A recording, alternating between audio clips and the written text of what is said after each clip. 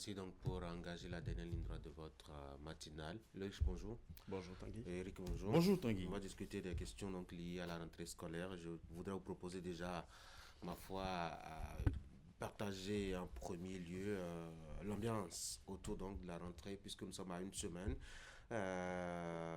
Et puis on dira deux mots au sujet de cette pression que mettons les aspirants mettent sur le gouvernement pour cette rentrée scolaire. On dira après quel point on peut faire de la gouvernance talent de l'école puisqu'il est en train de boucler ma foi c'est 10 ans à la tête du Bénin.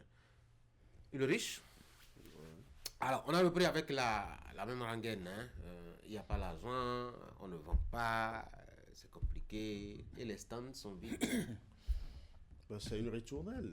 Vous savez très bien que c'est comme ça se passe à chaque année. Même s'il n'y a pas d'argent, même si on ne vend pas, il y aura la rentrée. La rentrée aura bel et bien Dieu. Donc, vous comprenez que chaque fois, c'est toujours la même chanson, mais qu'il faut aussi reconnaître qu'il y a une morosité économique ambiante, et cela ne date pas que d'aujourd'hui. Donc, il joue aussi justement dans la balance au niveau des parents d'élèves, comme au niveau des tenanciers des stands. Donc, c'est difficilement qu'on essaie de gérer le rapport qualité-prix sur les marchés. Il y en a qui en profitent d'ailleurs, qui font leurs petits bénéfices en montant légèrement les prix. Là où c'est peut-être à 125 francs, ils mettent ça à 150, 175, voire 200. Donc, c'est de bonne guerre, c'est la loi du commerce. Le commerçant veut faire toujours des bénéfices, l'acheteur veut toujours négocier à la baisse pour faire aussi, ne serait-ce qu'une petite économie à sa manière. Et des deux côtés, il y a un délai qui est là. Le délai, c'est d'avoir les fournitures scolaires avant le 15 septembre, ou peut-être avoir le nécessaire, et après, passer le temps à prendre le reste. Voilà. Et il y a aussi, ne regardons pas que les stands, il y a aussi ces livres, ces manuels scolaires qui parfois sont sur les stands, mais qui parfois aussi sont vendus par les établissements. Ça, c'est encore une autre paire de manches où vous ne voyez parfois les manuels qui sont demandés sur les stands, mais c'est peut-être dans les établissements qu'on vous propose justement ces manuels, et parfois c'est à prix d'or. Donc c'est des réalités que le gouvernement doit revoir aussi à son niveau. Donc quelque part, moi j'aurais aimé simplement que le ministère du Commerce et de l'Industrie fasse de plus en plus des sentiers d'opinion sur le terrain en termes pour vérifier le rapport qualité-prix sur les marchés. C'est vrai que le commerçant n'est là que pour faire ses bénéfices, c'est vrai qu'il sert aussi la population, mais il n'est pas là pour faire du social. Et le client qui vient acheter, il n'est pas allé prendre l'argent gratuitement quelque part. Il a souffert pour l'avoir. Donc, il voudrait aussi faire des économies parce qu'au-delà des fournitures, il y a beaucoup d'autres charges. Il y a les frais de scolarité qui vont bientôt venir. Il y a beaucoup d'autres charges qui vont venir, sans oublier les charges quotidiennes qu'on connaît déjà, les frais de porte et autres, tout ça, les déplacements, toutes ces charges connexes. Donc, je pense que le ministère doit beaucoup plus être regardant en descendant ces structures sous tutelle sur le terrain, faire des sentiers d'opinion, constater les rapports prix-qualité afin que les commerçants ne créent pas de la surenchère inutile sur les produits et que les parents, même parce que la rentrée ne se prépare à 2 jours de la rentrée scolaire. La rentrée, les fournitures scolaires, on commence déjà par les acheter un peu plus tôt. C'est vrai qu'on est toujours surpris, mais c'est une question d'organisation. Eric. C'est bien un moment de casse-tête pour les parents. Et ça, les parents le savent déjà depuis plusieurs années. Nous rentrons dans une période où, qu'ils le veuillent ou non, il y aura des dépenses. Et vous pouvez imaginer la taille de ces dépenses en fonction du nombre d'enfants qu'on a à la maison, du nombre de cousins, de jeunes cousins, de jeunes cousines à qui on doit préparer la rentrée et qui sont justement en vacances. Donc, ça fait beaucoup de dépenses à faire, ce qui fait que quand nous rentrons dans cette période, on est un peu on est un peu stressé, on est un peu anxieux, justement, parce que il faut trouver les moyens, justement, pour préparer une bonne rentrée aux enfants. Mais comme l'a dit Ulrich, c'est toujours bien d'anticiper sur cette dépense-là, parce que aujourd'hui, la date de la rentrée est très connue. On a de plus en plus je dirais, une facilité d'identifier une date et de s'assurer qu'à cette date-là, la rentrée va effectivement commencer. Et donc, cela peut être déjà peut permettre, c'est un indicateur qui peut amener les parents à anticiper sur certaines dépenses, à commencer par faire quelques achats, n'est-ce pas, de gauche à droite, et ne pas attendre forcément les derniers jours pour justement effectuer les achats.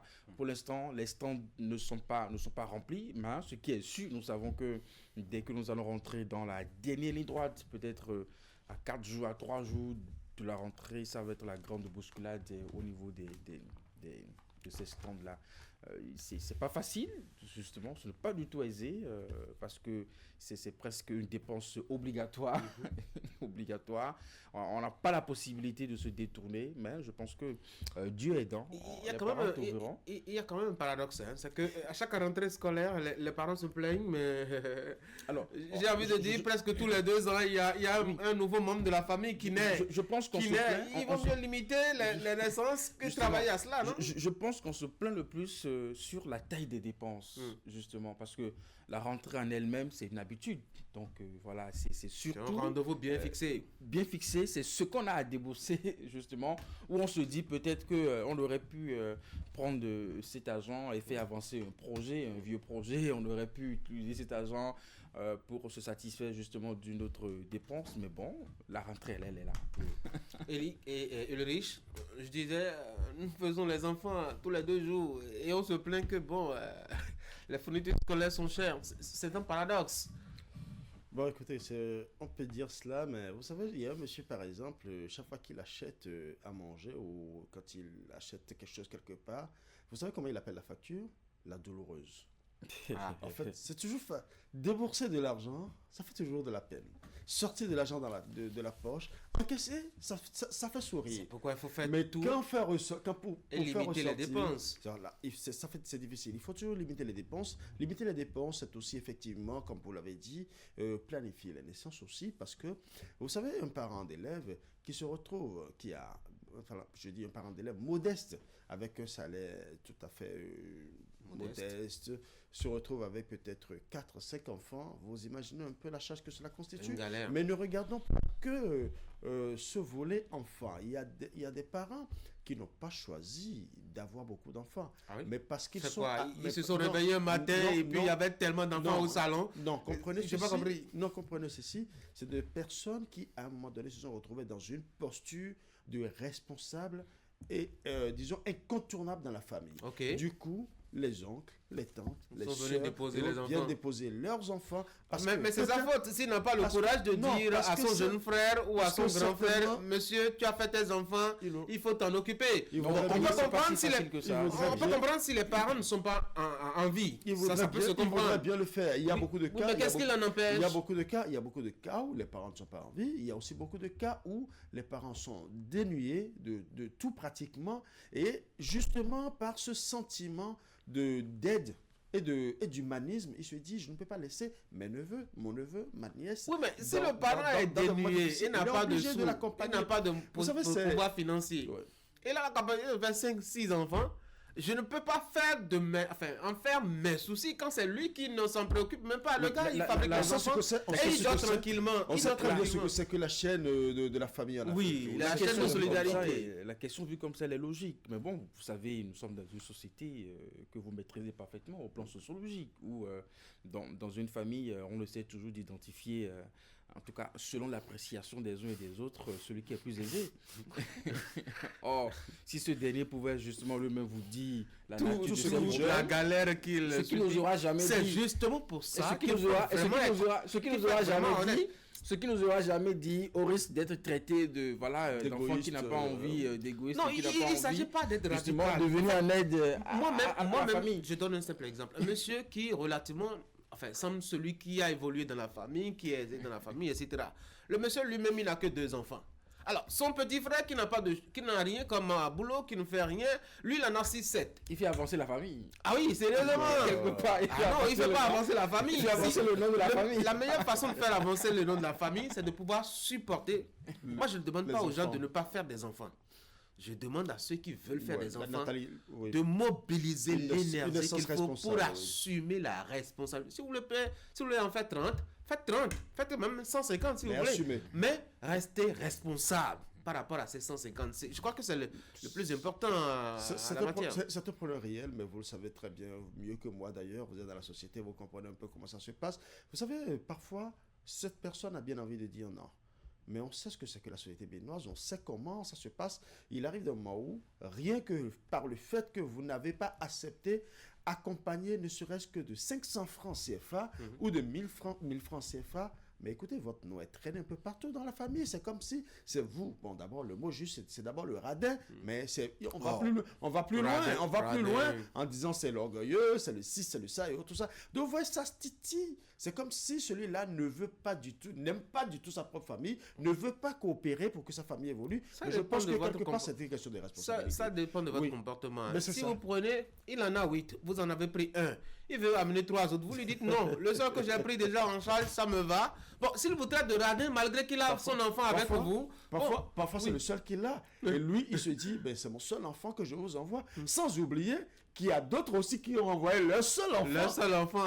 Et le monsieur se retrouve avec des seuls enfants. Des seuls enfants jusqu'à 10. Jusqu'à 10, voilà. Allez, on va changer d'axe de discussion. On va s'intéresser un peu, je dois dire, à cette catégorie d'enseignants. Qui ne sont pas très contents à la veille de cette rentrée scolaire, les aspirants au métier de l'enseignement, ils mettent d'une manière ou d'une autre la pression sur le gouvernement, Eric. Oui, je pense qu'ils ont raison parce que c'est l'éternelle question qui reste encore suspendue. Il y a eu des promesses, il y a même un agenda qui a été déroulé pour que la situation des ME soit revue. Mais on n'est pas allé plus loin que ça. Et donc, aujourd'hui, ils sont dans une situation où se posent des questions.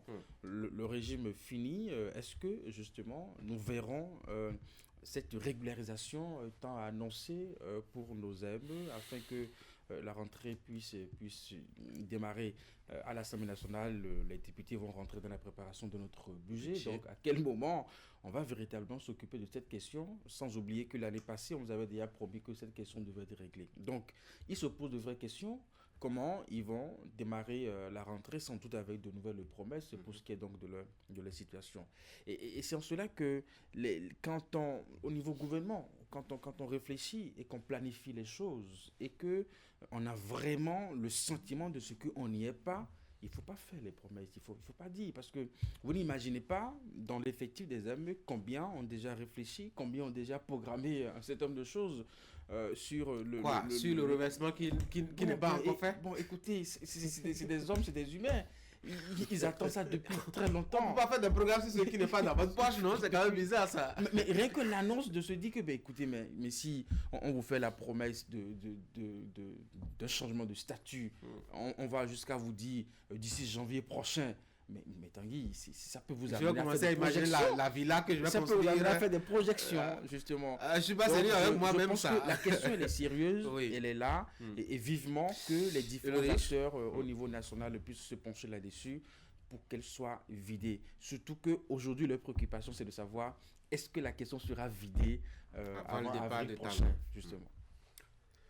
Enfin, ce que vous dites me fait un peu sourire, parce que ça me rappelle un proverbe africain qui dit qu'on a proposé au renard de devenir le roi de la Basse-Cour. Il se met à pleurer et on lui dit, mais pourquoi tu pleures? Il dit, c'est quand on promet, on ne le fait pas là qui me fait mal. C'est ça qui est mal, voilà. Donc vous voyez, une promesse... Les armées doivent être très énervés actuellement. Très énervés. Être en train de pleurer. De façon plus sérieuse, c'est vrai que la promesse a été retenue jusqu'en 2025. Et bizarrement, il y a le porte-parole du gouvernement qui s'est prononcé sur la question très récemment, parce que des collègues lui ont posé la question en lui demandant qu'en est-il réellement aujourd'hui du reversement des AME. Et il a dit, je le dis avec précision, il a dit, c'est 2025 qui a été retenu. Et qu'il croit que nous sommes toujours en 2025.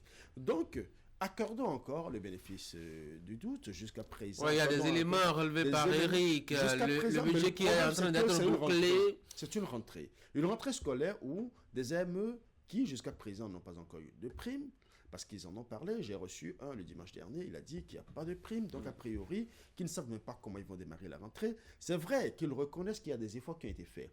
De 10 mois de salaire, ils sont passés à 11 mois. De 9 mois d'abord, ils sont passés à 10 mois, puis à 12 mois. Il y a eu un petit avantage qui leur a été accordé à ce niveau. quelque part aussi, ils ont maintenant droit au congé de maternité et autre chose. Ils ont la possibilité de faire inscrire leurs enfants gratuitement aussi, comme tous les enseignants d'ailleurs. Donc, il y a eu des facilités qu'ils ont, dont ils bénéficient aujourd'hui. Mais au-delà de tout ceci, vous savez, quand vous êtes dans une fonction qui, a priori, n'est pas sécurisée, il y a un problème. C'est pour cela qu'ils tiennent au reversement. Ils estiment que à travers le reversement, là, il y a une sécurité pour leur carrière. Une sécurité pour le travail, pour leur carrière, mais aussi un suivi de carrière. Donc, c'est surtout pour cela qu'il le faut. Et vous voyez, des gens qui sont venus dans le métier, certains y étaient depuis très longtemps avant d'être même... Avant d'aborder la tauge d'Aspirana. Il y en a qui étaient vacataires, qui travaillaient depuis longtemps. C'est vrai que dans le temps, il y en a qui couraient dans plusieurs établissements à la fois à la quête des heures de travail et qui faisaient plusieurs établissements. Aujourd'hui, c'est vrai qu'il y a un travail qui a été fait et on les met dans un seul établissement pour avoir le nombre d'heures qu'il faut, mais dans le même temps, ils sont en train de décrier le fait que certains se retrouvent avec 26 heures. En violation des tests, 28 heures en violation des tests. Donc, c'est déshumanisant, effectivement, quand vous voyez des acteurs de l'éducation qui travaillent à cette heure pour un salaire qu'on connaît très bien. Donc, je pense que le gouvernement doit être beaucoup plus regardant à ce niveau. Ils sont des humains, ils sont des pères de famille, ils sont des mères de famille. Ils ont effectivement besoin de conditions. Ils ne demandent pas des conditions extraordinaires, mais qu'ils aient des conditions plus ou moins humanisantes pour pouvoir véritablement faire le travail. Parce qu'au-delà de tout, ce sont eux qui forment la classe de demain. Ce sont eux qui forment la nation. Ce sont eux qui forment l'élite. Et vous voyez, un enseignant affamé dans une classe, imaginez ce que ça peut donner. Et vous pensez qu'ils vont y arriver là, Eric? Ils auront quelque chose là? Nous ne pouvons que leur demander encore du courage parce que ça reste toujours, comment on dit, je dirais... Le courage ne remplit pas la casserole à la maison. Hein. Je suis d'accord, mais dans pratiquement tous les secteurs... Vous êtes de cynique aujourd'hui là. Non, c'est Eric qui leur demande d'avoir du courage. Parce que à défaut du courage, ils ont besoin de leur reversement. Démissionner. À défaut du courage, on peut pas leur demander de déserter les salles de classe. À défaut du courage, on peut pas leur demander d'abandonner les classes, surtout que nous préparons justement la rentrée. Ils se disent souvent que, vous savez, quand vous avez affaire avec l'État et que l'État s'engage justement à mener une nation, c'est que l'État finira toujours par le faire. Quoi qu'en soit le temps que ça va prendre, eh bien, ça va se faire. Donc aujourd'hui, sans doute que du côté du ministère de l'économie et des finances, on est en train de faire les simulations afin de voir justement, surtout sur l'ensemble de l'effectif, combien on peut véritablement toucher pour impacter justement les AME, afin qu'il ne s'agisse pas juste de reverser une centaine ou voilà, et puis donc il faut garder confiance de ce que ça va être fait. Les gages, les garanties sont là et de toutes les façons, ils ont déjà attendu assez longtemps. Donc je pense que encore un peu d'ici quelques mois, avant la fin de l'année, on espère que quelque chose se fera. Et qui sait, peut-être que tout ceci rentrera dans une campagne électorale qui ne dira peut-être pas son nom. Qui sait? Pourquoi pas? Riche. Oui, Ils vivement. auront gain de cause là? Vivement, moi je l'espère, restons dans l'espérance. J'ai vu un AME qui au début était très impatient. Il dit nous le voulons tout de suite et maintenant, mais après je l'ai entendu commencer par dire au ministre, envoyer un message au ministre des Finances en disant monsieur le ministre, nous espérons que vous penserez à nous parce que nous savons que vous pensez beaucoup dans la nature. Donc de l'impatience à l'espérance, restons dans l'espérance. Pourquoi pas? Allez, troisième sujet ou troisième axe de nos discussions ce matin, ça va être la toute dernière année scolaire que verra Patrice Talon en tant que président de la République. Mettons que progressivement, donc, on est en train de boucler 10 années de gestion donc, de l'homme de la rupture, sinon du nouveau départ. Quelles sont les grandes choses qu'on aura retenues de sa gestion de l'école, Loïc? La grande chose qu'on aura retenue, première chose, plus de grève perlée. C'est la première chose. Plus de grève. Vous savez, depuis un certain temps, on a remarqué que beaucoup de parents d'élèves avaient sorti leurs enfants des écoles publiques pour les écoles privées. Parce que nous avons connu une période où, chaque année, dans les établissements publics, il y avait, disons, une série de grèves. Une série de grèves au point où, quand on va à l'examen, on se rend compte qu'il n'y a que les enfants issus des écoles privées qui prenaient vraiment la marche après les épreuves, parce qu'ils ont eu le temps de véritablement faire l'année. Malheureusement, les autres essaient tant bien que mal de s'en sortir. C'est vrai qu'il y a certains élèves qui arrivent quand même à tirer leurs épingles de jeu, mais on a compris clairement, et cela se voyait à travers les statistiques, que les établissements privés ont véritablement pris le pas dans le temps. C'est vrai que c'est aussi du bon commerce pour les promoteurs des établissements privés. Mais aujourd'hui, avec ce blocus qui a été fait au niveau des grèves, des droits de grève, on a vu que ça a permis quand même à beaucoup de parents d'élèves qui dépensaient toute une fortune dans les établissements privés de ramener leurs enfants vers le public parce qu'ils ont dit maintenant il y a plus de sérieux. Autre chose encore, autre avantage, on a vu également des enseignants qui sont maintenant suivis à la trace. Autrefois, il y avait des enseignants qui ne venaient même pas en cours, mais qui émergeaient quand même au budget de l'État. Il y en a qui venaient dans un état d'ébriété. Il y a des cas. On a vu tout ceci. On a vu également d'autres qui ne faisaient vraiment pas attention à la pédagogie elle-même, de sorte à ce que le rendement était carrément nul. On a vu des écoles qui ont fait 0%, il y en a qui ont fait 2%, il y en a qui ont fait 3%. On a vu des directeurs d'école déchargés parce qu'ils n'ont pas donné le rendement qu'il faut. Je pense que tout ceci mélangé a quand même stimulé quelque part.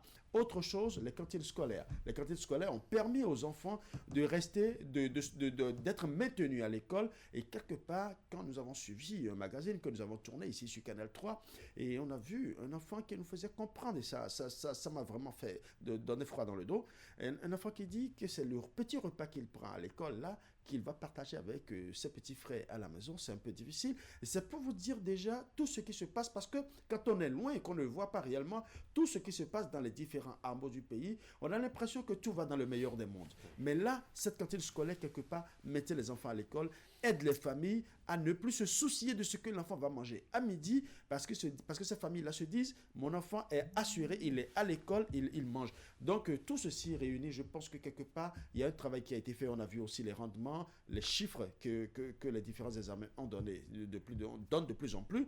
J'espère seulement que cette dynamique sera maintenue, de sorte à ce que l'école béninoise retrouve véritablement sa note de noblesse, et pas que l'école béninoise, que ce soit l'école publique et l'école privée. C'est pas parce que l'école publique a repris maintenant, a donné de bons rendements, que l'école privée aussi sera délaissée. Chacun n'a qu'à faire son choix. L'essentiel, c'est de donner de bons rendements aux examens.